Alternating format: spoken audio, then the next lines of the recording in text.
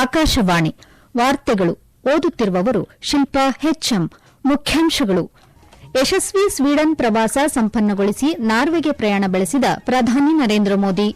Vietnam ದಕ್ಷಿಣ Korea ದ್ವಿರಾಷ್ಟ ಪ್ರವಾಸ ಆರಂಭಿಸಿದ ರಕ್ಷಣಾ ಸಚಿವ ರಾಜನಾಥ್ ಸಿಂಗ್. ಇಂಡೋ ಪೆಸಿಫಿಕ್ ಪ್ರದೇಶದಲ್ಲಿ ಸಹಕಾರಕ್ಕೆ ಒತ್ತು. ಕೇರಳಂನ ನೂತನ ಮುಖ್ಯಮಂತ್ರಿಯಾಗಿ ವಿಡಿ ಸತೀಸನ್ ಪದಗ್ರಹಣ. ಪ್ರಧಾನಿ ಸೇರಿದಂತೆ ಗಣ್ಯರಿಂದ ಅಭಿನಂದನೆ. ಐಪಿಎಲ್ ಟಿ20 ಕ್ರಿಕೆಟ್ ಇಂದು Chennai super kings sunrisers Hyderabad ತಂಡಗಳ ನಡುವೆ ಹಣಾಹಣಿ. ವಾರ್ತೆಗಳ ವಿವರ. ಪ್ರಧಾನಿ ನರೇಂದ್ರ ಮೋದಿ ತಮ್ಮ 5 ರಾಷ್ಟಗಳ ವಿದೇಶ ಪ್ರವಾಸದ ಭಾಗವಾಗಿ ಸ್ವೀಡನ್ ಭೇಟಿಯನ್ನು ಯಶಸ್ವಿಯಾಗಿ ಪೂರ್ಣಗೊಳಿಸಿ ಇಂದು ನಾರ್ವೆಗೆ ತೆರಳಿದ್ದಾರೆ. ಇದು ಪ್ರಧಾನಿ ಮೋದಿಯವರ ಮೊದಲ ನಾರ್ವೆ ಪ್ರವಾಸವಾಗಿದ್ದು, ಕಳೆದ 43 ವರ್ಷಗಳಲ್ಲಿ ಭಾರತದ ಪ್ರಧಾನಿಯೊಬ್ಬರು ಆ ದೇಶಕ್ಕೆ ನೀಡುತ್ತಿರುವ ಮೊದಲ ಭೇಟಿಯಾಗಿದೆ. ಈ ಪ್ರವಾಸದ ಅವಧಿಯಲ್ಲಿ ಪ್ರಧಾನಿಯವರು ಅಲ್ಲಿನ ರಾಜ 5ನೇ ಹರಾಲ್ಡ್ ಮತ್ತು ರಾಣಿ ಸೋಂಜಾ ಅವರನ್ನು ಭೇಟಿಯಾಗಲಿದ್ದಾರೆ ಹಾಗೂ ನಾರ್ವೆ ಪ್ರಧಾನಿ ಜೋನಾಸ್ ಗಹರ್ ಸ್ಟೋರ್ ಅವರೊಂದಿಗೆ ಉನ್ನತ ಮಟ್ಟದ ದ್ವಿಪಕ್ಷೀಯ ಮಾತುಕತೆ ನಡೆಸಲಿದ್ದಾರೆ.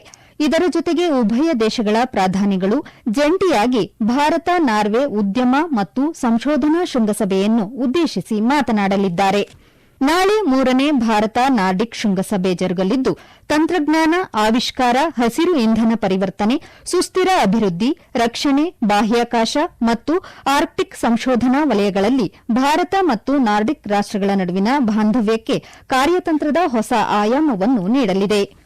ನಾರ್ವೆಗೂ ತೆರಳುವ ಮುನ್ನ ಇಂದು ಬೆಳಗ್ಗೆ ಪ್ರಧಾನಿ ಮೋದಿ ಸ್ವೀಡನ್ ಪ್ರಧಾನಿಯವರೊಂದಿಗೆ ಮಹಾನ್ ಕವಿ ರವೀಂದ್ರನಾಥ್ ಠಾಗೋರ್ ಅವರ ಸ್ವೀಡನ್ ಭೇಟಿಯ ಶತಮಾನೋತ್ಸವದ ಸ್ಮರಣಾರ್ಥವಾಗಿ ಠಾಗೋರ್ ಸ್ವೀಡನ್ ಉಪನ್ಯಾಸ ಸರಣಿಗೆ ಚಾಲನೆ ನೀಡಿದ್ದಾರೆ. ಕೇಂದ್ರ ರಕ್ಷಣಾ ಸಚಿವ ರಾಜನಾಥ್ ಸಿಂಗ್ ಅವರು ವಿಯೆಟ್ನಾಂ ಮತ್ತು ದಕ್ಷಿಣ ಕೊರಿಯಾ ರಾಷ್ಟಗಳ ದ್ವಿಪಕ್ಷೀಯ ಪ್ರವಾಸಕ್ಕಾಗಿ ಇಂದು ಪ್ರಯಾಣ ಬೆಳೆಸಿದ್ದಾರೆ. ಈ ಕುರಿತು ಸಾಮಾಜಿಕ ಮಾಧ್ಯಮದಲ್ಲಿ ಮಾಹಿತಿ ನೀಡಿರುವ ಅವರು, ಈ ಭೇಟಿಯು ಎರಡೂ ರಾಷ್ಟಗಳೊಂದಿಗೆ ಭಾರತದ ಬಾಂಧವ್ಯವನ್ನು ವಿಸ್ತರಿಸುವಲ್ಲಿ ಪ್ರಮುಖ ಪಾತ್ರ ವಹಿಸಲಿದೆ ಎಂದು ತಿಳಿಸಿದ್ದಾರೆ. ರಕ್ಷಣಾ ಕೈಗಾರಿಕಾ ಸಹಭಾಗಿತ್ವವನ್ನು ಬಲಪಡಿಸುವುದು, ಕಾರ್ಯತಂತ್ರದ ಮಿಲಿಟರಿ ಸಹಕಾರವನ್ನು ಗಾಢವಾಗಿಸುವುದು ಹಾಗೂ ಇಂಡೋ ಪೆಸಿಫಿಕ್ ಪ್ರದೇಶದಲ್ಲಿ ಶಾಂತಿ ಮತ್ತು ಸ್ಥಿರತೆಯನ್ನು ಉತ್ತೇಜಿಸುವುದು ಈ ಪ್ರವಾಸದ ಪ್ರಮುಖ ಉದ್ದೇಶವಾಗಿದೆ. ವಿಯೆಟ್ನಾಂ ಭೇಟಿಯ ವೇಳೆ ರಾಜನಾಥ್ ಸಿಂಗ್ ಅವರು ಅಲ್ಲಿನ ರಾಷ್ಟೀಯ ರಕ್ಷಣಾ ಸಚಿವ ಜನರಲ್ ಫಾನ್ ವ್ಯಾನ್ ಗಿಯಾಂಗ್ ಅವರೊಂದಿಗೆ ದ್ವಿಪಕ್ಷೀಯ ಮಾತುಕತೆ ನಡೆಸಲಿದ್ದಾರೆ. ನಾಳೆ ವಿಯೆಟ್ನಾಂನ ಮಾಜಿ ಅಧ್ಯಕ್ಷ ಹೋ ಚಿ ಮಿನ್ ಅವರ 136ನೇ ಜನ್ಮ ದಿನಾಚರಣೆಯ ಸಂದರ್ಭದಲ್ಲೇ ಸಚಿವರ ಈ ಭೇಟಿ ಆಯೋಜನೆಗೊಂಡಿದೆ. ದಕ್ಷಿಣ ಕೊರಿಯಾ ಪ್ರವಾಸದ ಸಂದರ್ಭದಲ್ಲಿ ಅಲ್ಲಿನ ರಕ್ಷಣಾ ಸಚಿವ ಅನ್ ಗ್ಯೂ ಬಾಕ್ ಅವರೊಂದಿಗೆ ಮಾತುಕತೆ ನಡೆಸಲಿರುವ ರಾಜನಾಥ್ ಸಿಂಗ್ ರಕ್ಷಣಾ ಸಹಕಾರದ ಪ್ರಗತಿಯನ್ನು ಪರಾಮರ್ಶಿಸಲಿದ್ದಾರೆ ಹಾಗೂ ಪರಸ್ಪರ ಹಿತಾಸಕ್ತಿಯ ಪ್ರಾದೇಶಿಕ ಮತ್ತು ಜಾಗತಿಕ ವಿಷಯಗಳ ಕುರಿತು ವಿಚಾರ ವಿನಿಮಯ ಮಾಡಲಿದ್ದಾರೆ. ಕೇರಳಂನ 13ನೇ ಮುಖ್ಯಮಂತ್ರಿಯಾಗಿ ಹಿರಿಯ ಕಾಂಗ್ರೆಸ್ ನಾಯಕ ವಿಡಿ ಸತೀಸನ್ ಇಂದು ಪ್ರಮಾಣವಚನ ಸ್ವೀಕರಿಸಿದರು.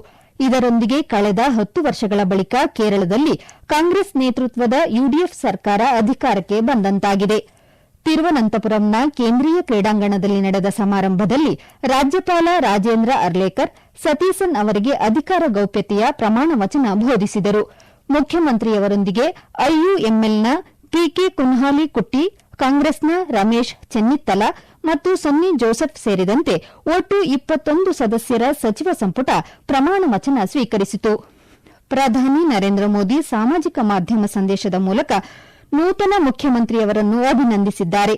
ಕೇರಳಂನ ಜನರ ಆಕಾಂಕ್ಷೆಗಳನ್ನು ಈಡೇರಿಸುವಲ್ಲಿ ನೂತನ ಸರ್ಕಾರಕ್ಕೆ ಕೇಂದ್ರದಿಂದ ಸಂಪೂರ್ಣ ಬೆಂಬಲ ನೀಡುವುದಾಗಿ ಭರವಸೆ ನೀಡಿದ್ದಾರೆ. ಸಮಾರಂಭದಲ್ಲಿ ಕಾಂಗ್ರೆಸ್ ಅಧ್ಯಕ್ಷ ಮಲ್ಲಿಕಾರ್ಜುನ ಖರ್ಗೆ, ಕಾಂಗ್ರೆಸ್ ಮುಖಂಡ ಹಾಗೂ ಲೋಕಸಭೆ ವಿರೋಧ ಪಕ್ಷದ ನಾಯಕ ರಾಹುಲ್ ಗಾಂಧಿ, ನಾಯಕಿ ಪ್ರಿಯಾಂಕಾ ಗಾಂಧಿ ವಾದ್ರಾ ಸೇರಿದಂತೆ ಕರ್ನಾಟಕ, ತೆಲಂಗಾಣ ಮತ್ತು ಹಿಮಾಚಲ ಪ್ರದೇಶದ ಮುಖ್ಯಮಂತ್ರಿಗಳು ಉಪಸ್ಥಿತರಿದ್ದರು.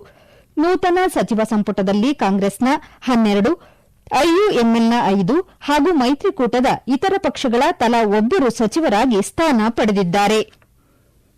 ಕೇಂದ್ರ ಗೃಹ ಸಚಿವ ಅಮಿತ್ ಶಾ ಇಂದು ಛತ್ತೀಸ್ಗಢದ ರಾಯಪುರದಲ್ಲಿ ಮುಂದಿನ ತಲೆಮಾರಿನ ತುರ್ತು ದೂರವಾಣಿ ಸಂಖ್ಯೆ 112ರ 400 ವಾಹನಗಳಿಗೆ ಚಾಲನೆ ನೀಡಿದರು.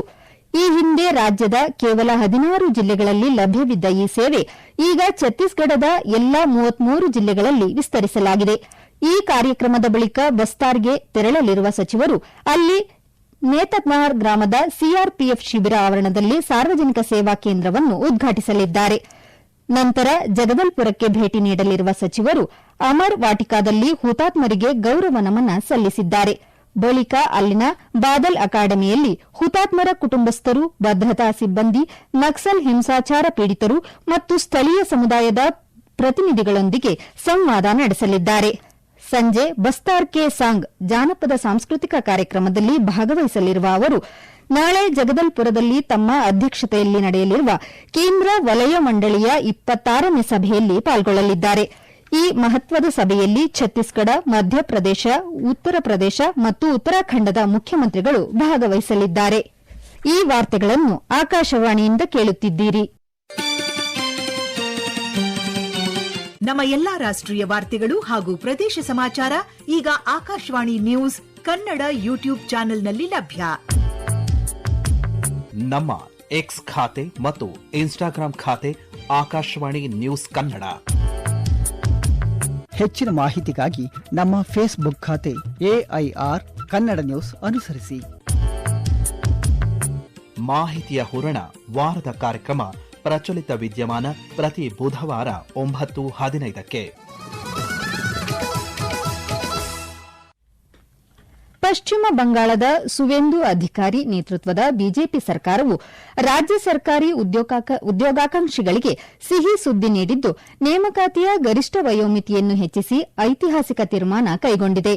ಹೊಸ ನಿಯಮದಂತೆ ಎ ವೃಂದದ ಹುದ್ದೆಗಳ ನೇಮಕಾತಿಗೆ ಗರಿಷ್ಠ ವಯೋಮಿತಿಯನ್ನು 41 ವರ್ಷಗಳಿಗೆ ನಿಗದಿಪಡಿಸಲಾಗಿದೆ. ಅದೇ ರೀತಿ ಬಿ ವೃಂದದ ಹುದ್ದೆಗಳಿಗೆ 44 ವರ್ಷ ಹಾಗೂ ಸಿ ವೃಂದದ ಮತ್ತು ಡಿ ವೃಂದದ ಹುದ್ದೆಗಳಿಗೆ ಗರಿಷ್ಠ ವಯೋಮಿತಿಯನ್ನು 45 ವರ್ಷಗಳಿಗೆ ಏರಿಕೆ ಮಾಡಲಾಗಿದೆ. ಈಗಾಗಲೇ ಕೆಲವು ನಿರ್ದಿಷ್ಟ ಹುದ್ದೆಗಳಿಗೆ ಇದಕ್ಕಿಂತ ಹೆಚ್ಚಿನ ವಯೋಮಿತಿ ಅಸ್ತಿತ್ವದಲ್ಲಿದ್ದರೆ ಅಂತಹ ಕಡೆಗಳಲ್ಲಿ ಹಳೆಯ ನಿಯಮಗಳೇ ಮುಂದುವರಿಯಲಿವೆ ಎಂದು ಸರ್ಕಾರ ಸ್ಪಷ್ಟಪಡಿಸಿದೆ.